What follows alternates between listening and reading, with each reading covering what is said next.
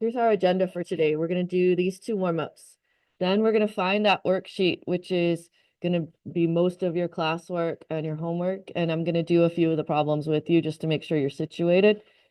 Then I'm actually going to talk to everyone that's not a senior about math class options for next year. So I have a whole thing about that. It'll take 5 minutes. And then over here.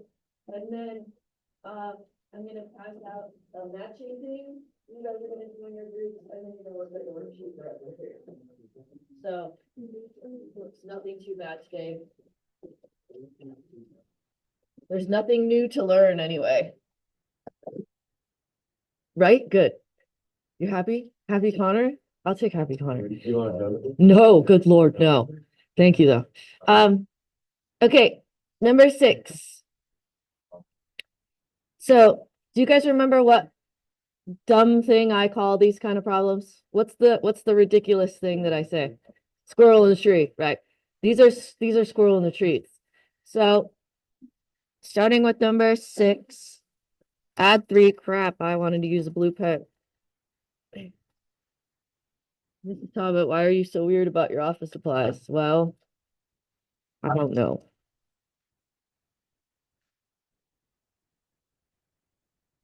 Fun fact, I told you about my Squishmallow calendar, right? Mr. Talbot also got me scented flare pens in my stocking. Uh, well, when you're the mom, a lot of times, you know, Santa focuses on the children. So, um, also, Mr. Talbot was very excited about the fact that he found these to put in my stocking because he thought I would already know about them and I didn't know about them. Um, anyway, 3 of them smell really good. There's a lemon, a lime, and a one that smells like Fruit Loops. I don't know if it's supposed to be Fruit Loops, but it smells just like Fruit Loops. And then there's one that's rose, which I prefer to never smell again in my life. There's one that's like some kind of cleaner, and I can't actually put my finger on the 6th one, but I'll take your recommendations if you want to try them out. Anyway, okay. So I added 3. Now the key here is to make sure you don't multiply that together because the -9 is not also to the power. So you have to divide that out. Kind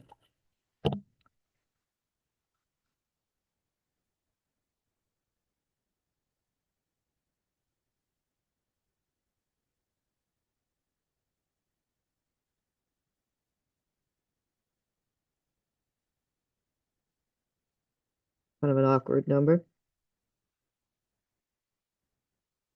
Okay, so first thing you want to do on all of these problems is get base exponent equals something. So base exponent equals something. And then you log both sides and bring the exponent in front.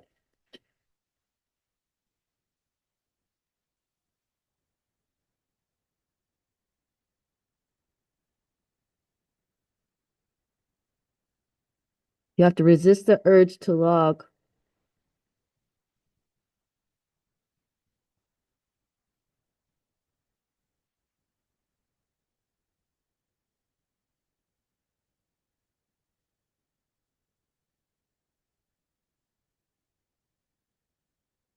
Okay, now notice I put the 8p plus 9 exponent in parentheses once I moved it in front because I wanted to protect it from this.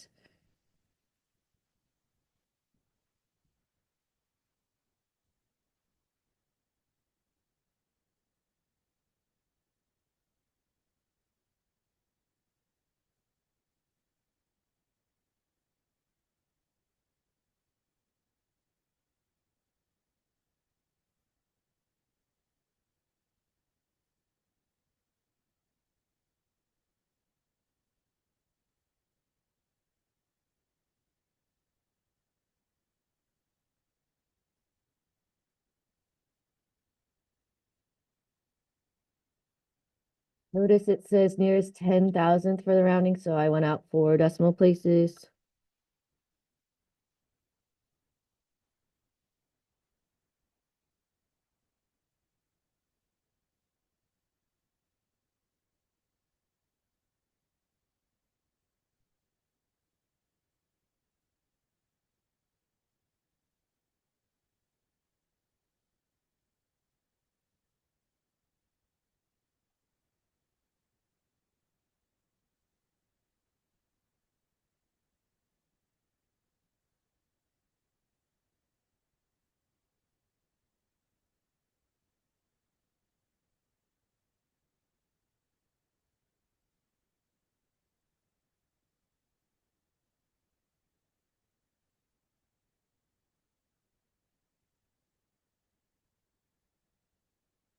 Okay, any questions about number 6? Did it come back to you? So you got to get the base exponent number by itself first, then log both sides, bring the exponent in front, and then solve for the letter. Okay, move down to number 8. Log equations. Okay, these have two decisions that you make. First, you look at the sign and decide if it's multiplication or division. Which one is this? Oh, divide. Divide, great. Okay, so log base 4. And the first thing that they give you goes on the top, and the second thing they give you goes on the bottom.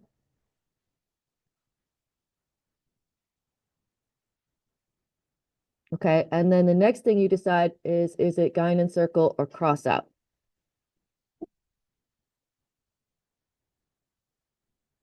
Guide and circle, great.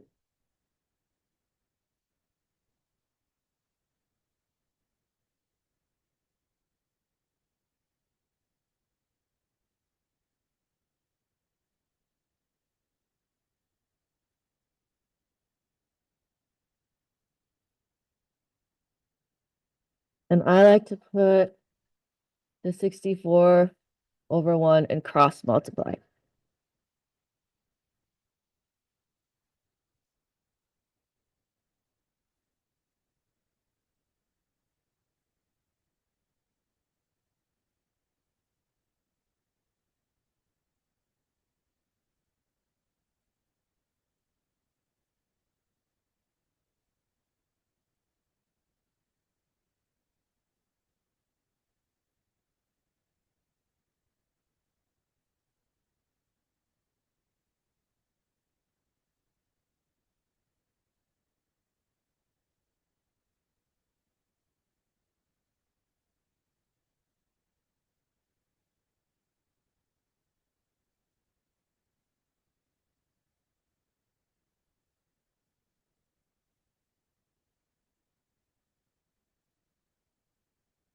Yuck.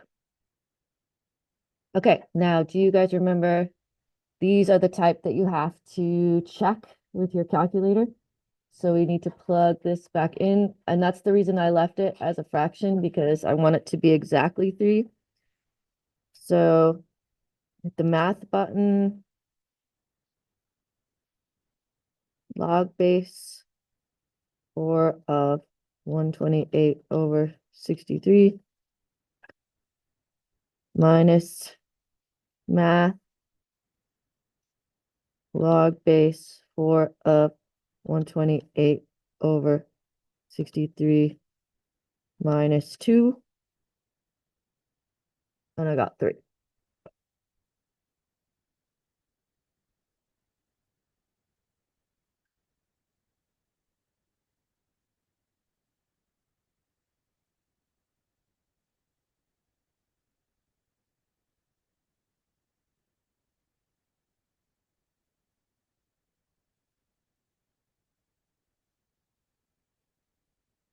Are the logs coming back? A little? Maybe? Okay, now can you guys find tonight's homework? It's called the Graphing Polynomials worksheet, I think.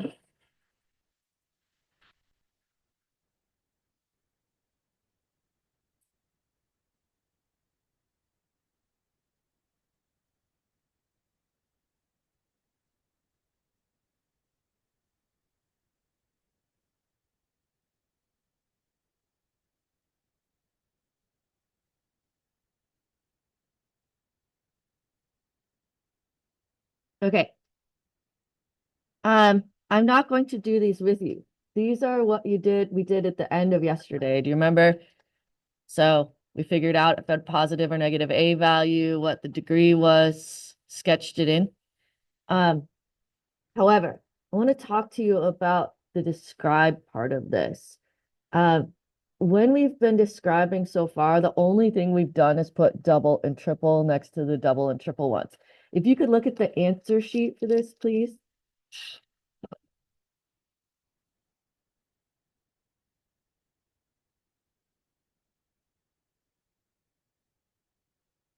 These, we didn't write anything next to these in the past few days.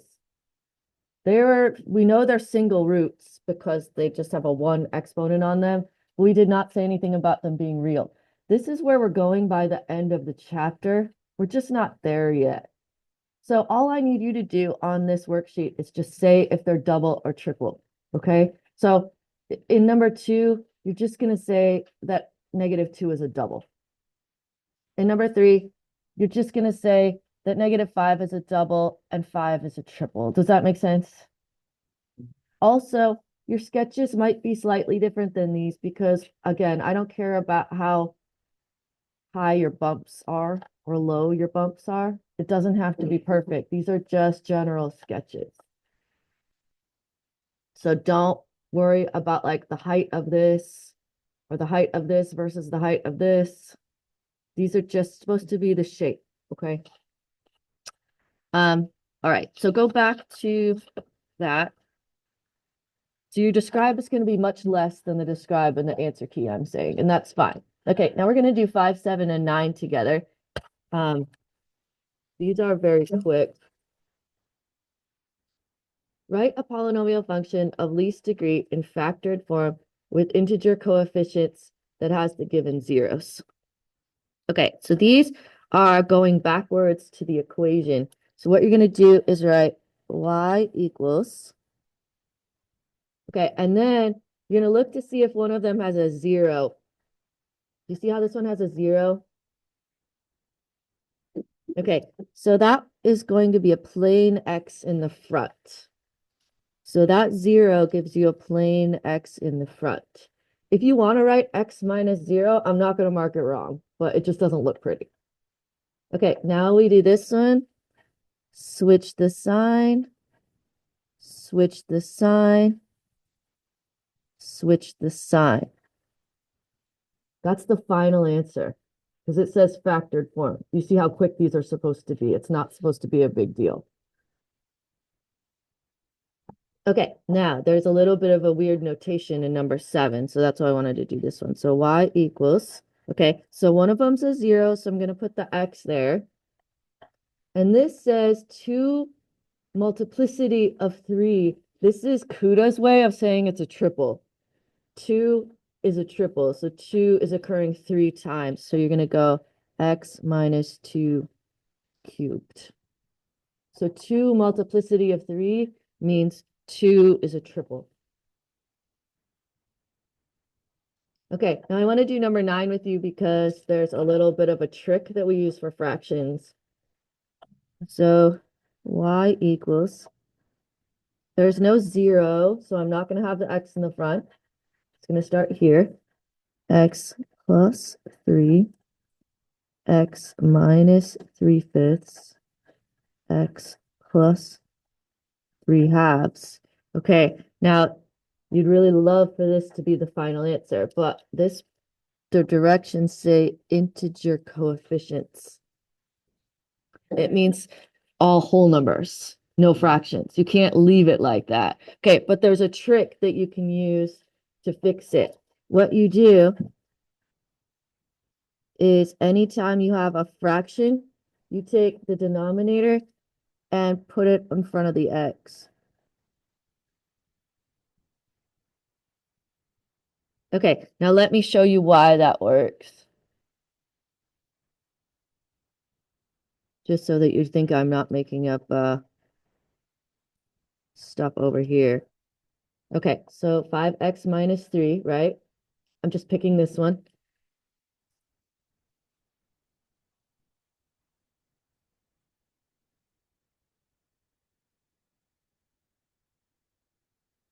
You still get 3/5. It's just one step backwards in the zero product property, and that gives you a whole number there. Okay, so the trick is when you have a fraction, take the denominator and just put it in front of the x. That just goes you one step backwards in the zero product property. Does that make sense? It's easy, at least. Okay, now move to number 11. We're going to do that one together.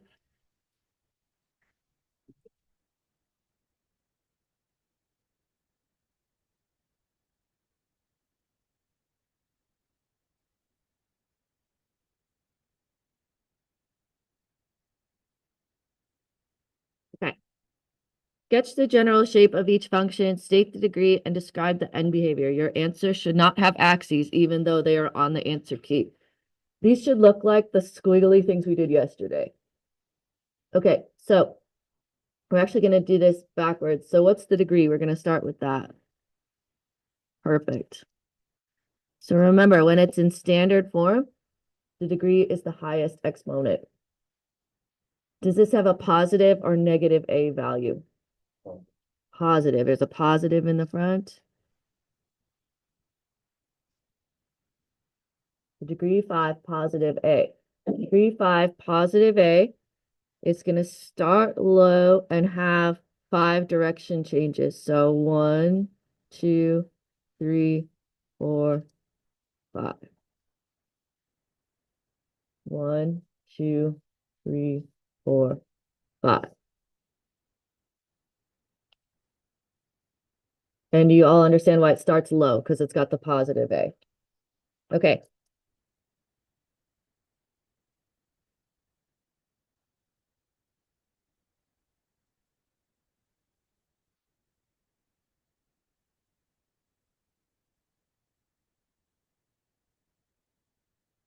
This is what's usually printed on the paper for you for end behavior. The top one will be the negative. The bottom one will be the positive. And the top one is the left arrow. The left arrow is down. The right arrow is up.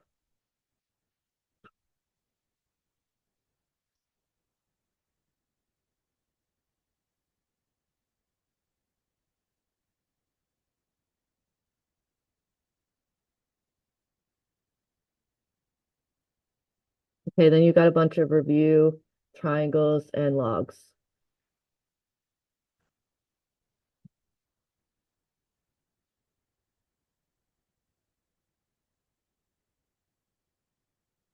Okay. Now, if you're a senior, you can ignore me. Everyone else does not get to, or Sophia gets to ignore me. Everyone else, no ignoring me. For the next 3 or 4 minutes, I want to talk about picking math classes. So I'm going to go over this very quickly. I'm also going to post this on Google Classroom so you can read it later and talk to your parents about it and whatnot. Okay. If you finish integrated math 3 now, you can. Next year, take AP pre-calculus. Next year's pre-calculus class is now going to be AP pre-calculus. There's no regular pre-calculus anymore.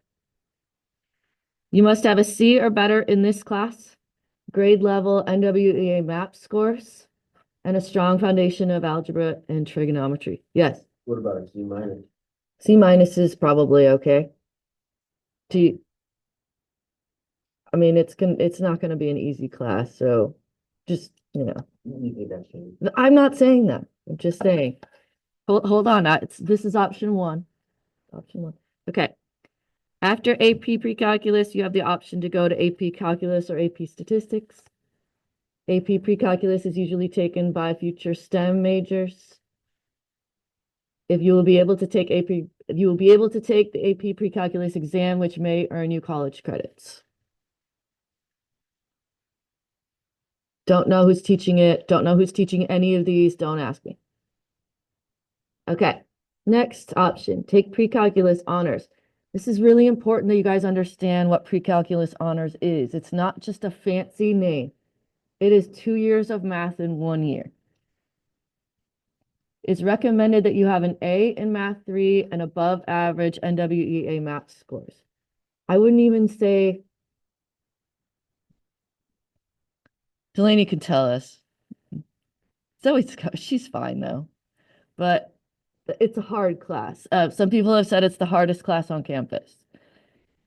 This class spends the first quarter on pre-calc. They only spend 1/4 of the year on an entire year of math, and then the last 3 quarters on Calc AB. Calc usually is taken by STEM majors.